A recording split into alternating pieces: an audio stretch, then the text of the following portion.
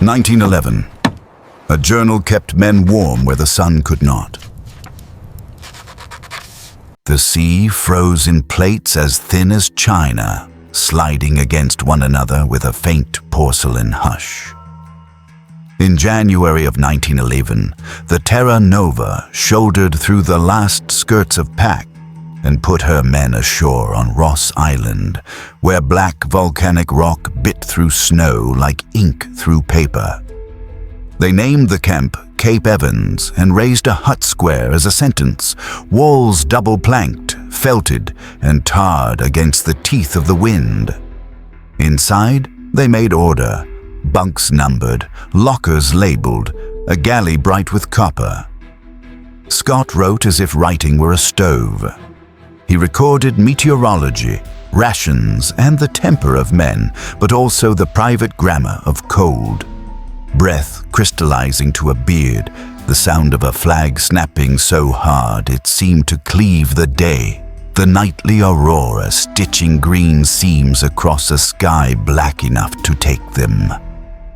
The journal learned the camp's music, ponies stamping, dogs worrying, the primus roaring, and learned its silences. In that first season, the party laid depots along the barrier, the way a prudent mind lays aside words for later. Motor sledges sputtered and died with the dignity of inventions that know their era is not yet. The ponies endured until they did not, flanks filmed with rhyme. Men hauled, roped to sledges, a brief congregation bowed into the wind. Cape Evans settled into ritual. Hoosh steamed, socks froze into the shapes of the feet that had left them. Ink stiffened in the pen, then surrendered to heat. In the hut's lamplight, the journal gathered fingerprints and the soft graphite of a continent that pretends to be blank. In it, Scott promised order, and the page, patient as weather, allowed him to believe. Outside, the barrier exhaled. An inland sea sleeping under its own weight, dreaming of men who thought their lines and measures might persuade it.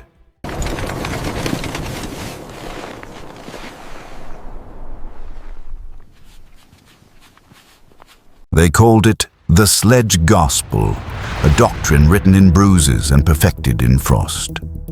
Every man learned the verses. Never sweat, never stop. Keep the wind at your back when you can, and when you cannot, shorten the traces and lean.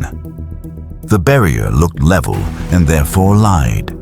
It rose imperceptibly toward the south, a white inclination of mind as much as terrain, and the journal recorded its deceit. With the politeness of numbers, miles marched, temperature fallen, spirit steady, boots failing at the toes.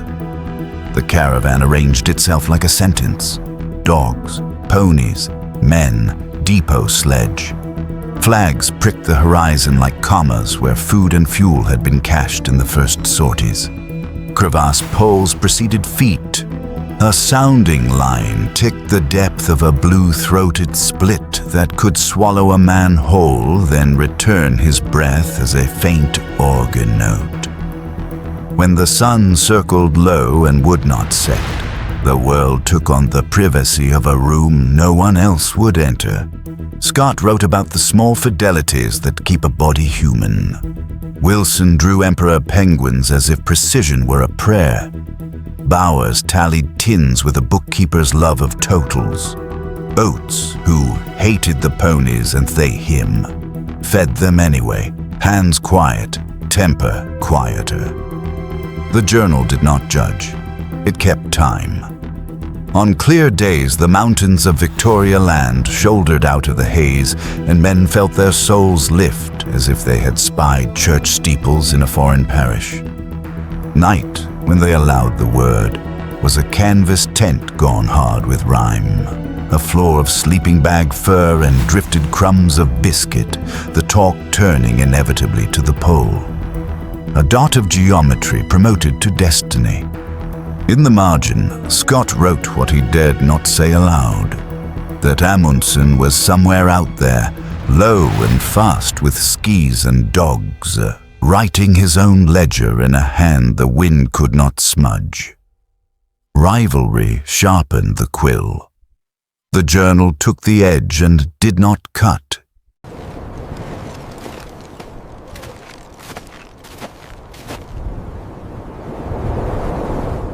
Spring turned to the long white noon that passes for summer, and the southern party stepped off the familiar snow of the barrier onto something older, the chaos of the Beardmore Glacier, where mountains grind ice into blue glass and hide it under skin the color of milk. Here the story stopped being horizontal. Men climbed, sledges bucked. The wind, funneled and enraged, rehearsed an alphabet of knives. The journal abandoned lyric and clung to fact, angles, loads, the rate at which a man's breath makes rope sing. Motor sledges lay already in their shallow graves behind them. The ponies, spent and brave beyond the promises of men, were led behind a screen of snow and given the only mercy the age supplied. Scott wrote that duty is a clean knife and felt none of the clean in it. Dog teams scratched further south and circled back as arranged. The last marches would be man-hauling only, a mathematics of calories and will in which the margin for error was exactly a page too thin. Crevasses multiplied, opening like parentheses that never closed. Men learn to read the grammar of surface, the dimples that betray a lid, the lint of blown snow that settles in fault lines.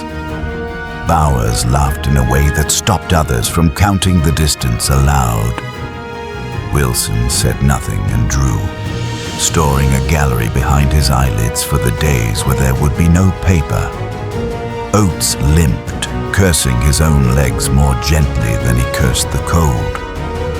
From the glacier's crown, they saw a continent rearranged, the polar plateau, an idea given breadth. The pole still lay a march away in an air so clear it could be mistaken for nearness.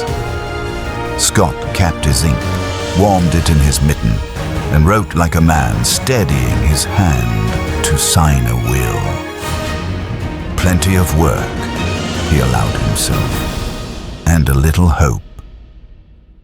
The journal, which had promised order, began to sound like prayer spoken to a God that lives in weather.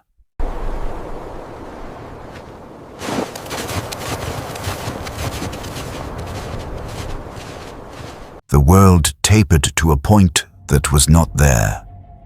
They trudged across a brightness so impartial, it felt like the inside of an eye. On January 17th, 1912, date written small to keep the page from shouting, they came upon deliberate human lines scratched into vacancy, ski tracks, a sledge trail, the geometry of a camp trimmed with a precision alien to their own fatigued sprawl. A black flag hung from a bamboo. Under a taut tent lay notes and names, and the measured politeness of a rival who had arrived first and gone cleanly. Scott read the letter left for him.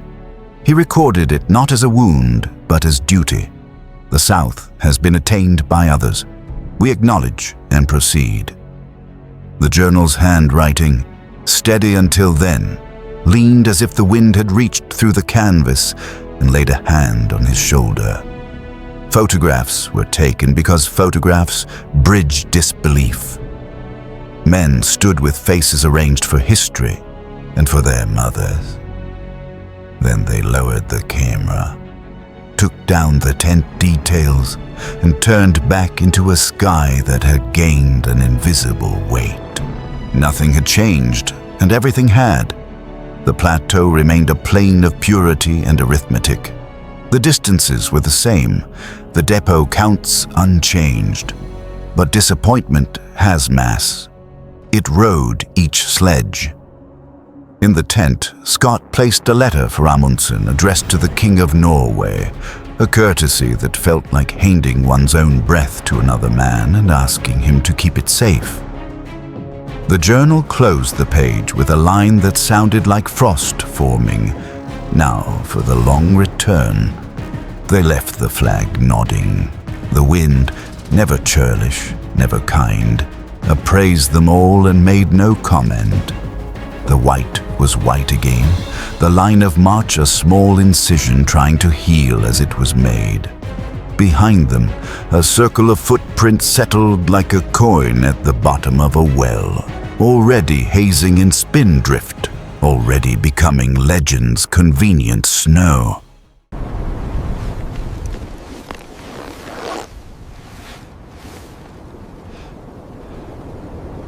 Returning rewrites maps.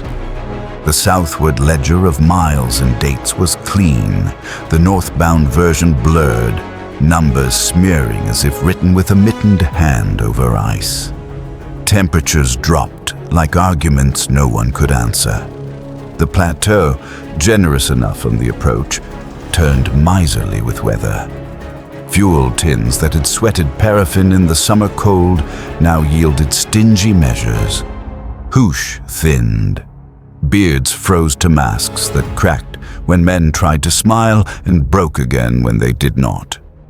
Frost worked its patient arithmetic on flesh. Scott's fingers numbed, then refused subtleties. Wilson's sketches softened as his grip failed.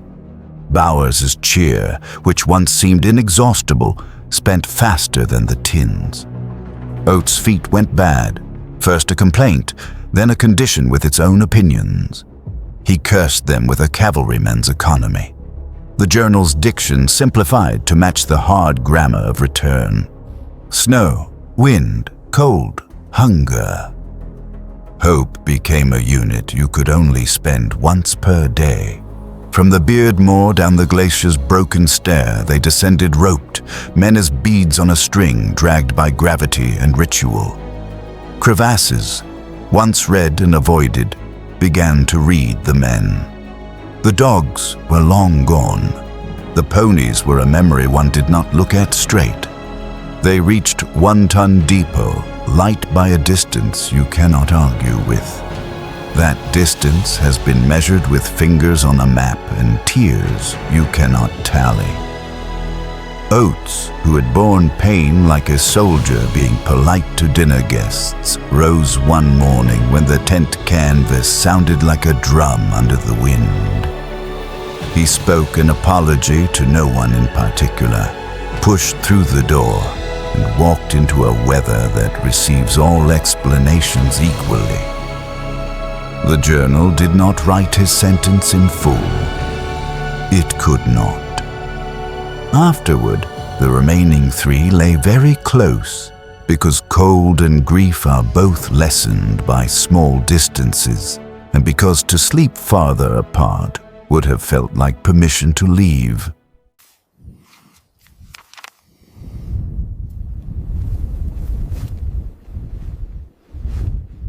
They made a last camp in a world reduced to tent, stove, and the mathematics of matches. The blizzard described circles around them day after day, an eraser working the same corner of a page. 11 miles might as well have been a continent with teeth. To move would be to die faster. To stay was to die in good order. Scott opened the journal and, in a hand steadied by purpose if not by pulse, began the work of finishing. He wrote as a captain and as a man. Notes for the Admiralty, instructions for the expedition's science, letters to friends, to his wife, to a small boy who would want a father's shape and have to make do with a father's words. He praised his companions in terms clean enough to be spoken beside a bed. He forgave the weather because weather has no ears. He accounted for stores with the discipline of a quartermaster and made peace like a pastor who knows his congregation by name.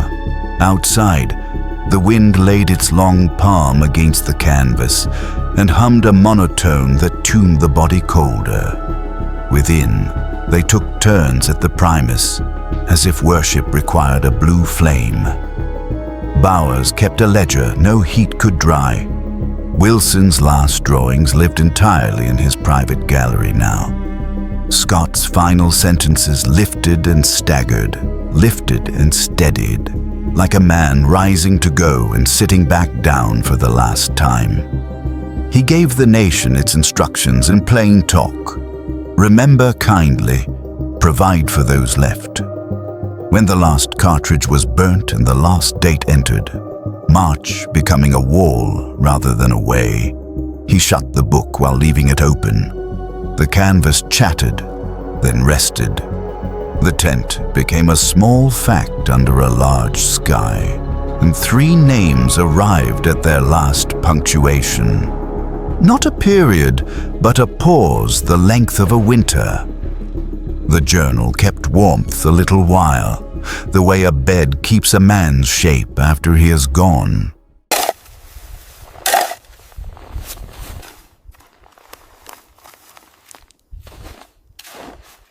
Spring returned with the kind of pity only Antarctica practices. Light without warmth, calm that hides distance. In November, a search party left Cape Evans following the arithmetic of depots and the faith of friends. The barrier had repaired itself with exquisite indifference. Flags appeared where they should, tins where they must, and at last, in a field otherwise committed to sameness, a small mound where nothing had the right to rise. A corner of canvas showed like the page of a book left open under snow. They cut, and the tent became a room again. Inside lay Scott between Wilson and Bowers, as expected and unbearable. The stove stood, the cups were set, order persisted because the dead are good at it. The journal was found where a hand had left it for an hour that turned into a season. The pages were crisp and entire, edges furred with rhyme.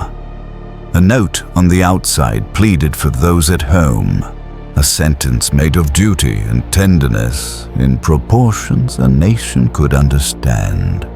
They read enough to know, and not enough to turn grief into spectacle. The bodies were left where they had lain. The tent was closed and covered with snow blocks. A cross was raised from skis. The party took the book, the letters, and the images, because words and pictures are the only cargo light enough to justify a return. Back at Cape Evans, men stood very straight while the pages were warmed and turned. The story came out of ice and entered ink's second life. In London, the journal was proof and elegy. It defended decisions, exalted virtues, and left room for history to quarrel with weather.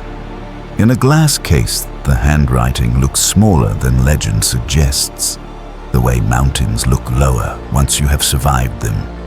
Visitors lean in. They see the simple nouns, snow, wind, frost, and the clear verbs, march, haul, wait. Between them is white space where a nation placed its sorrow and its pride. The page does not melt. It keeps its weather and lets ours pass over it.